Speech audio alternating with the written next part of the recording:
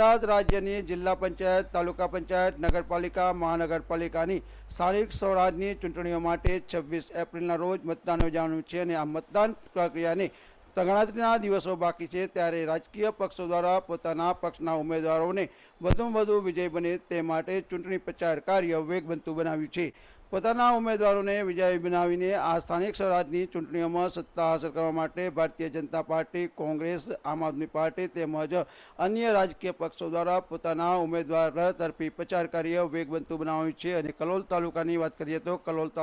કલોલ વિધાનસભા મત વિસ્તારમાં ગાંધીનગર જિલ્લાની 6 જિલ્લા પંચાયતો તેમજ કલોલ તાલુકા પંચાયતની 22 બેઠકો માટે મતદાન યોજાવાનું છે અને જેને લઈને રાજકીય પક્ષો દ્વારા પોતાના તરફીના ઉમેદવારોને વિજય બનાવવા માટે રાત દિવસ એક કરવામાં આવી રહ્યો છે। ડોર ટુ ડોર પ્રચાર, ખાટલા બેઠક તેમજ સભા સંબોધવામાં આવી રહી છે। ગાંધીનગર જિલ્લા પંચાયત 7 બેઠકના ભારતીય જનતા પાર્ટીના ઉમેદવાર રશ્મિજી ઠાકોર તેમજ કલોલ તાલુકા પંચાયત રાચડા બેઠકના ઉમેદવાર વિષ્ણુભાઈ પટેલના સંયુક્ત ઉપક્રમે ઉનાલી ખાતે એક જનસભાનું આયોજન કરવામાં આવ્યું હતું। આ જનસભાને સંબોધતા ભારતીય જનતા પાર્ટીના નેતાઓએ જણાવ્યું હતું કે ભારતીય જનતા પાર્ટી વિકાસના કામોને લઈને આગળ વધી રહી છે અને આ વિકાસના કામોને કારણે જ ભારતીય જનતા પાર્ટી સતત સત્તામાં આવે છે। અને આજે ભારતીય જનતા પાર્ટી સરકાર ચાલતી હોય ત્યારે વિકાસની તો વંજાર ચાલુ છે। કોરોના જેવી મહામારી ચાલતી હતી ત્યારે પણ આપણા યશસ્વી ગૃહપ્રધાન એવા અમિતભાઈ શાહ સાહેબ તરફથી આપણા આખી લોકસભામાં સતત ચિંતા કરતા હતા। આજે 5 વર્ષમાં તમે રશ્મિભાઈને જ્યારે જીતાભાઈ મોકલ્યા ત્યારે પણ સતત રશ્મિભાઈએ પણ ઉનાળી ગામની ચિંતા કરી છે। આજે 26 એમના 50 આપણા જિલ્લા પંચાયતના ઉમેદવારમાં રશ્મિ ઠાકોરની વાત કરીએ આમ તો ઉનાળી તો સતત 15-20 વર્ષથી તો રશ્મિની અમે તમારી સેવાઓ કરીએ જ છીએ। આમ તો 10 વર્ષ હું હતો, 5 વર્ષ રશ્મિજી હતા, તો સતત 15 વર્ષથી અમે બંને જણા ઉનાળી જે કોઈ કામ અમે કરીએ। એ કમળ નિશાન છે, કમળના નિશાન પર જંગી બહુમતી મળે એ રીતે વોટિંગ કરીને તમારા વિજય ઘોષને આગળ ધપાવો અને આગામી જે પણ કામ બાકી છે વિકાસને લગતા એ હું અને રશ્મિજી મને સમગ્ર જવાબદારી એમની કામ ઉપાડીશું એવા દરેકને સાથે સમગ્ર ઉનાળી ગ્રામજનોમાં વડીલો, ભાઈઓ, યુવાનો તથા બહેનો આગામી તારીખ 26/4/2026 રવિવારે ચૂંટણી છે જેમાંથી જિલ્લા પંચાયત તથા તાલુકા પંચાયત, જિલ્લા પંચાયતના ઉમેદવાર રશ્મિજી લક્ષ્મી ઠાકોર, તાલુકા પંચાયતના ઉમેદવાર વિષ્ણુભાઈ પટેલ, હું પોતે અમે ભારતીય જનતા પાર્ટી પક્ષની ઉમેદવારી નોંધાવી છે। ચૂંટણી આવી છે એમાં ઉપસ્થિત અમારા સાથી મિત્ર અને ગાંધીનગર જિલ્લા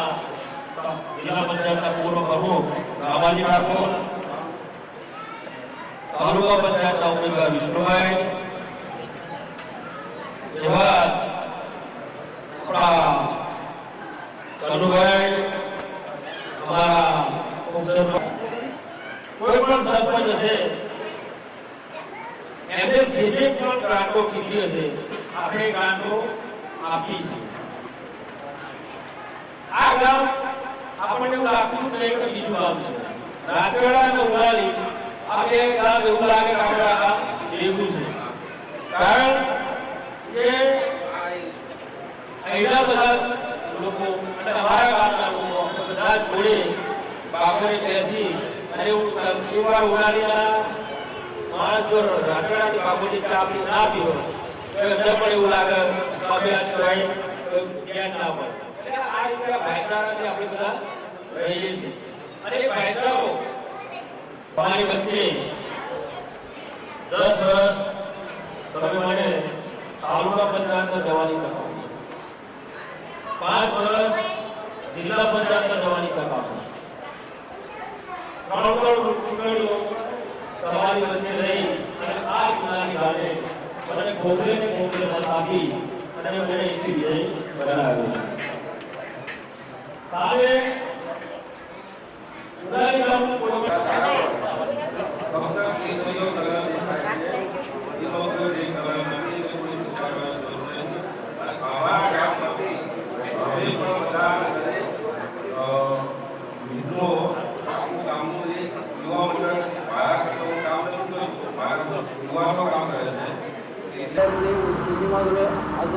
સાત જ સીટ પરથી જે કેવા ઉમેદવારી નોંધાવી છે, કયા મુદ્દાઓના વિકાસના કામોને લઈને પ્રજાસભામાં હોવાના? આજે જ્યારે અમે સાતે જ જિલ્લા પંચાયતમાંથી ઉમેદવારી નોંધાવી છે ત્યારે માન્ય દેશના યશસ્વી વડાપ્રધાન અને આપણા દેશના ગૃહ અને સહકારથી મંત્રી અમિતભાઈ શાહ સાહેબ તથા આપણા ગુજરાતના મુખ્યમંત્રી માન્ય ભૂપેન્દ્રભાઈ પટેલની જ્યારે ડબલ એન્જિનની સરકાર છે ત્યારે તમે જોઈ શકો છો ગુજરાતના ગામે ગામ વિકાસની હરેણભાર ગામડાઓ ભરી રહ્યા છે. ત્યારે